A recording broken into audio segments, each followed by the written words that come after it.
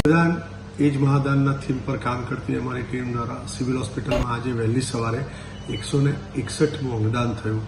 માત્ર 24 વર્ષીય મહિલા જીનલબેન રાજગોર, જે અંજાર ભુજના રહેવાસી, એ બ્રેઇન હેમરેજ થતાં બ્રેઇન ડેડ ડિક્લેર કર્યા અને એમના પિતા જગદીશભાઈ રાજગોર, જેમને પોતાની વાલસોઈ દીકરીના અંગો દાન કરવાનો એક ખૂબ જ પોઝિટિવ નિર્ણય લીધો અને જીનલબેન તરફથી સિવિલ હોસ્પિટલને 1 લીવર, 2 કિડની, 2 કોર્નિયા એટલે કે 2 આંખો અને ચામડીનું દાન મળ્યું.